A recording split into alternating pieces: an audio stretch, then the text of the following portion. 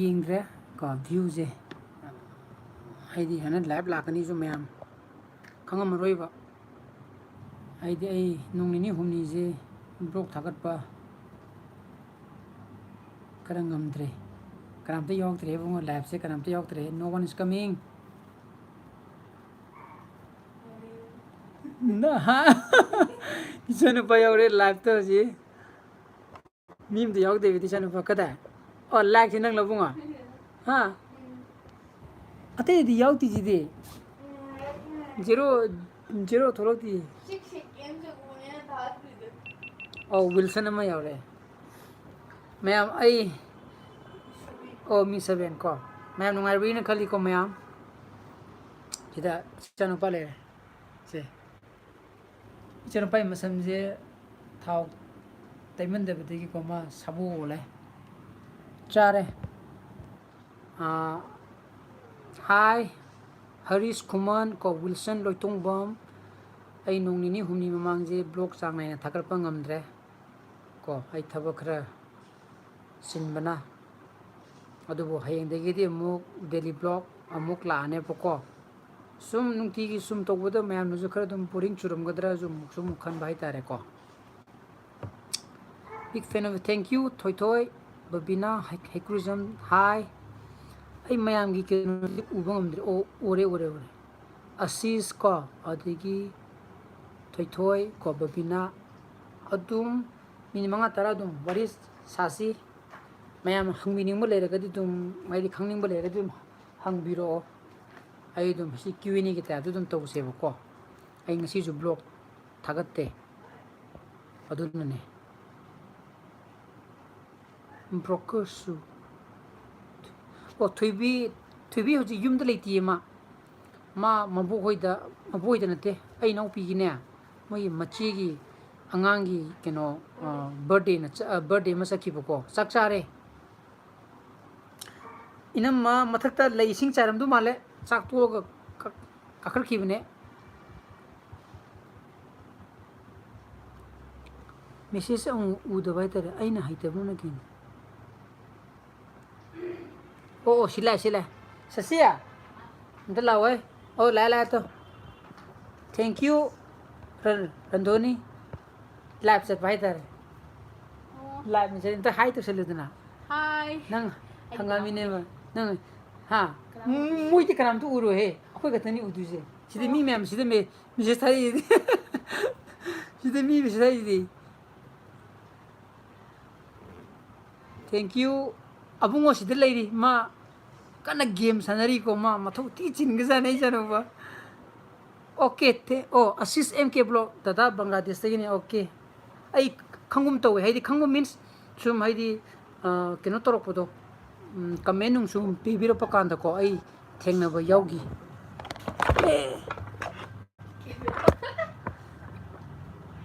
ina mamuk thokre sak sare koi myam sak tokna re aduna ai thengna chaupirak pa changbirak pa myam da moi haijari ko hayengdagi amuk ai blog leptana thagana bai hona ge thabak su khara chinbaga ko ada sum farak ta dana sum blog se sum namgi damne mathen je keno sare hawai thongba sare oh thank you au ngasi di live oina tawre ko premila kaisham ai blog thaga bangamdre ko kogi ming oina panjarage sida engondagi hanbaju dum yarom ganena khalle doi kanano kaino di khangbang amdamina ming oina panjarage aduna ming palapakanda warok biroina khalli ko sida babina hikrujam push ningthau dugi nirupama sharma sorongbam sanjana primila kaisham ko maruf chaudhuri oh thank you okay thank you to sigumbo sana yamna nungai kholena sana habir pojino ko engon do ai haidi daily blog se adum haidi hek hobago ju camera ju me thangalaga daily blog se ta tawning po ko hoi dubo ai ida mi kun changi bako hoji mi kun haidi live ta leiri aduna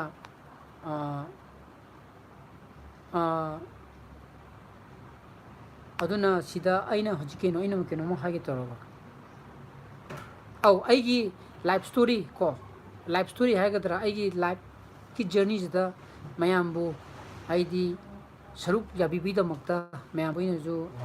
complete na thagat pa phongduk chidi ko saruk yabibi means in the sense aidi digital family member amu in aidi aigi blog se dum aidi follow to bibo mayam ma yauri dana ko kaino ne sam sa bijina abungan ne sa pre umta shedi ne ram sa pe aigi blog se sapra ndi une chi tak tau le yung ne ura ba tau ba kai ngin hondi ne kai duro jano ati ai ne se ai video je screen je sap le de ba ko to ne kai no khang de ne sno ai gidre da kai chaprengi ne chapini oh tau phare hebung abung madum tu piradi ba mi kino mem thari jim to uhudre ni chet ai ma to uhudre ba ko mayam na thabiri je chet se ai ma to uhudre ba ko oh thabiri je chet som do ne ye ma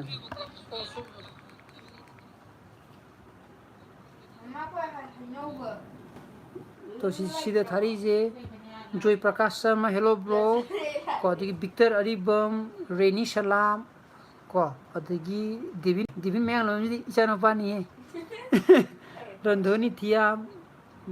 bro से film की workout तो जीवो ID यामने पमजी bro की album तो thank you O film की दी तो दरी को फिल्म दी कुमरो फिल्म कुंबगी ऐवंदा आसादी होजिदे केम लेजदे को ai sum pamjurubagi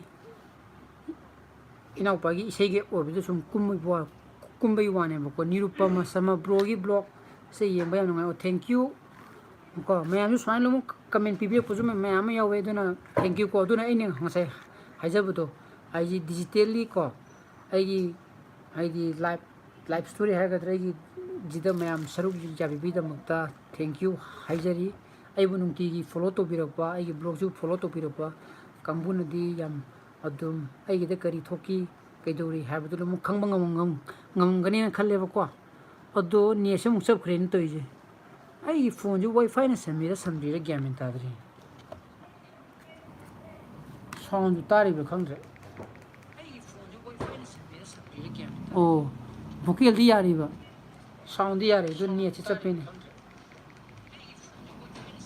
to ajit kumar thangjam ko aduna ai mayam gi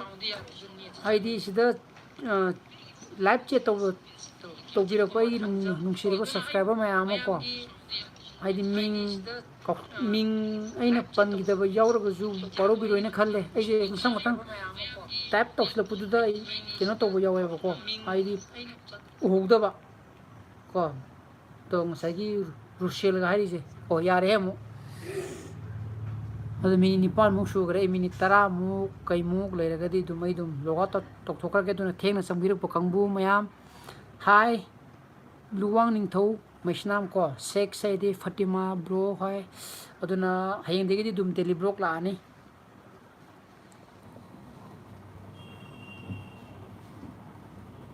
अदु मयाम सिदा येंबिरिबा को सिदा मी तातुमु उदुम यावरी ताइतु टाइम पानमु अदो आइगी ब्लॉग सिबु कमायना तौबिगे mayam tang ningthojam manjit singh tamo ngasi di live tawre au ai ngasi di live tawre ngasi blog thagatre aduna ne ko hayeng degi di blog daily blog la ni kamaine tawi ai blog se nungai bra khopra madum tang haibira mo mayam gi feedback ai mtang logja hoge ai gi tawri ba train style ji da ko hoi atopa chineng gi jengnoro ga di ai gi di just story telling ni ko ai gi live story hai ta ne atai do na ya koi gi ai di platform je manada ba hai gadra adun story Joy Prakash Sharma yam nungai thank you Yaipan nungai ko tamoi blog ngai badi ekhoi pazaribani Pauni Thojam Manjit ai Facebook to friend oigum tobu mali ko somje aina no thengnajagi aduna ate judum yoram ngone na khalle ado ai blog se ai dum laptop stegi de thagala ni ado sum ma'am तो सुम खरा तुम pouring चुब यारम गद्रा नहीं जो खन भाई तारे को आई story telling तो जरग जो चुम में तो इना याम नुंगाए ओके थैंक यू याम नुंगाए ब्रो सेक को आई ब्रो येंगे दुम याम नुंगाए हयेंग सोइदना थागा हयेंग दि सोइदना के कमसी लाने याम नुंगाए दो ब्रो की वीडियो एल्बम दी क्या दी नंबर को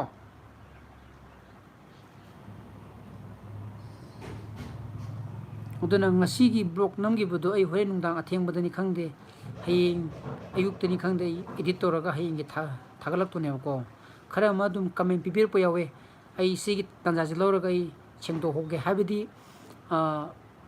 nuti gi blog daily blog se ai ma mangi ai blog to sum pan bane habidi ngasi gi blog नम्मगा in ngasi थागलमगा थागलक्तिजे एंगोंदा असिनबा खुदुंचादबा याम थोयबा समना हाबदा आई चाक चानाबा चटपा यावरे को तग थबा अमा लेरे युमदुजु मंगाइरे को जागी पुंग निपान मापनदा ब्लॉग से थागनबो होननबो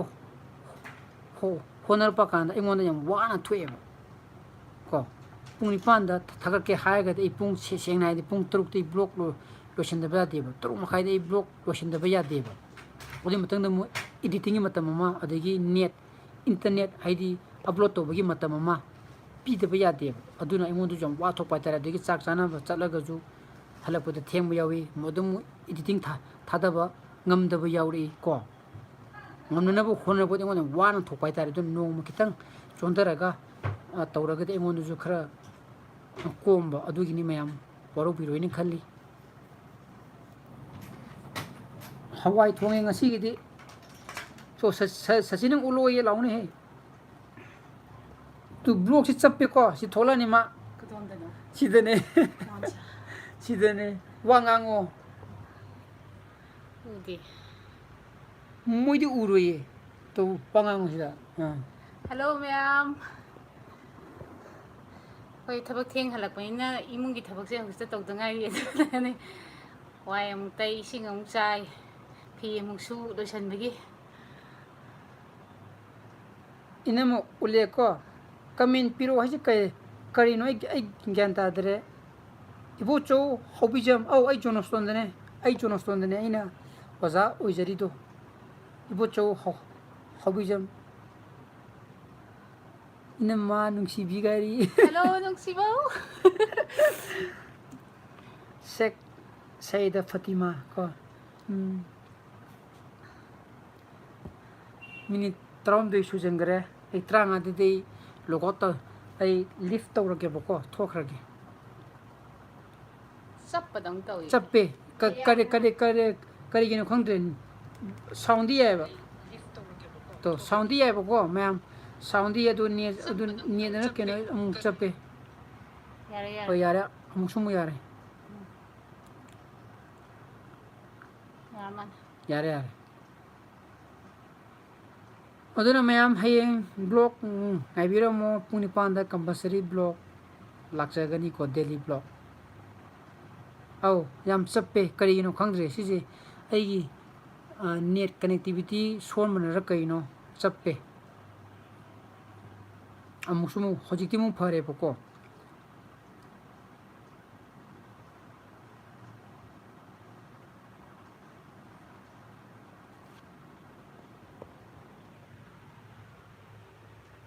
senu basile amu chappe yatra kaino hangre ai jonostonda oja oiba chahi ahum ani makhai muksure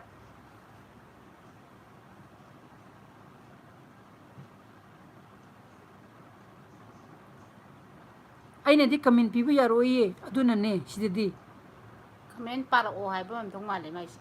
o comment paro habro oh sorry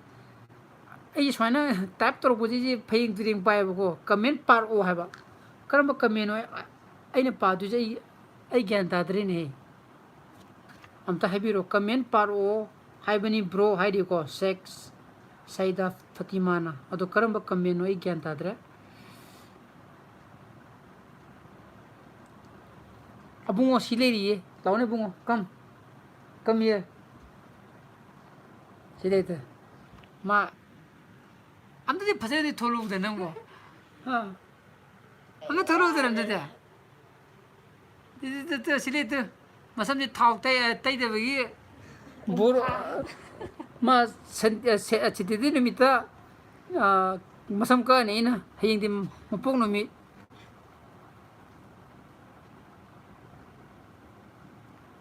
kami du kai mang ri ni kai thom na de o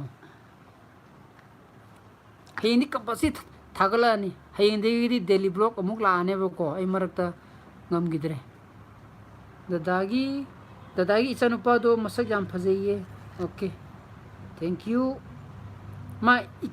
ikai gre ko ichanupa मा game सानबदा संगदे ma ikai gre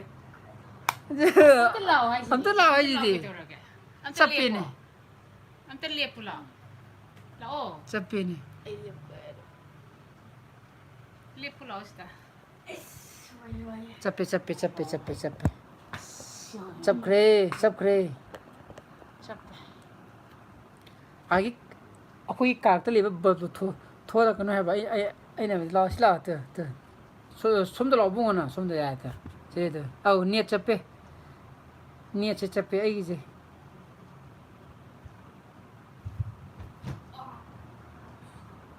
sak sara go ina ma ga bu sare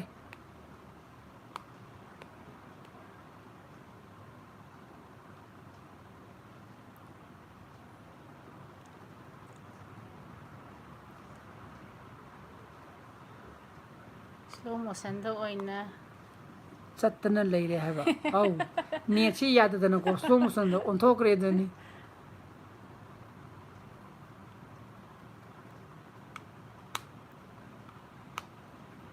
औ हजु फरे आइदी मालूम दगी ने को मालूम अवंग लेकाय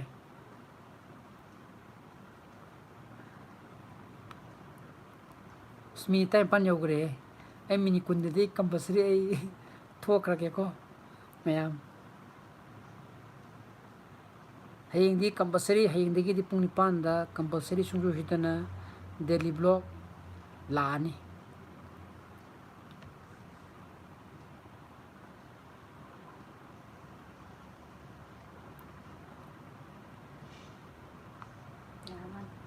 yare net chaptre nang thabo to gudaba lai di ba नहीं इशिन चारोगी mathakta okay sai ro bye ma'am like तो थोपी रखी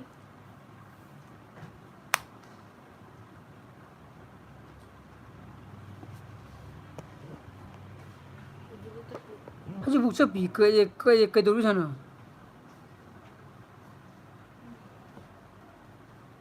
ai chana ba ikai gre dira ne devin se yam nungsi yari jutro mina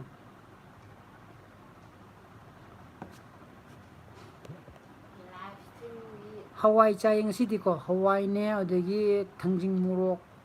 irombaga adagi as usual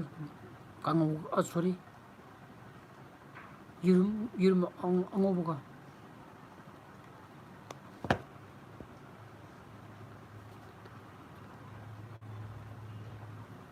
live thab je ngasi ga ai keno ruk sum du mali mari manga mukti sum du mali bo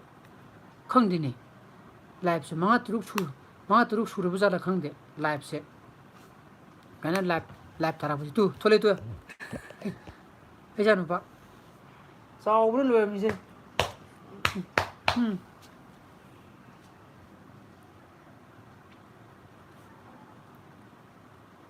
chapine mo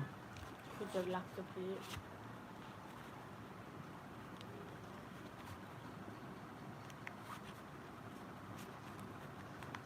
aduna mayam minute kun sujangre bako aduna ai swai matang jita ꯑꯩ ꯂꯥꯏꯐꯁꯦ ꯂꯣꯏꯁꯤꯟꯖꯔꯒꯦ ꯑꯃꯨꯛꯀꯁꯨ ꯍꯟꯅ ꯍꯥꯏꯖꯔꯤ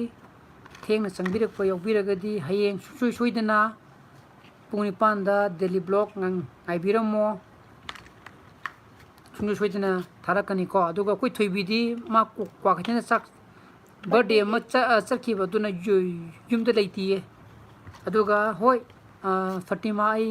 ꯑꯩꯈꯣꯏ ꯃꯔꯛ ꯃꯔꯛꯇ ꯁꯨꯃꯥꯏꯅ ꯁꯨꯝ ꯂꯥꯏꯚ ꯈꯔ ꯁꯨꯝ ꯊꯣꯛꯂꯛꯀꯦ ꯑꯗꯨꯅ ꯃꯌꯥꯝ ꯕꯥꯏ ꯕꯥꯏ Bye ꯀꯣ bye. By by by by Good night, Good night. sweet dreams. Good dream. See you tomorrow. Natra, Hayang mo na hayeng unarasi ko maya. live to.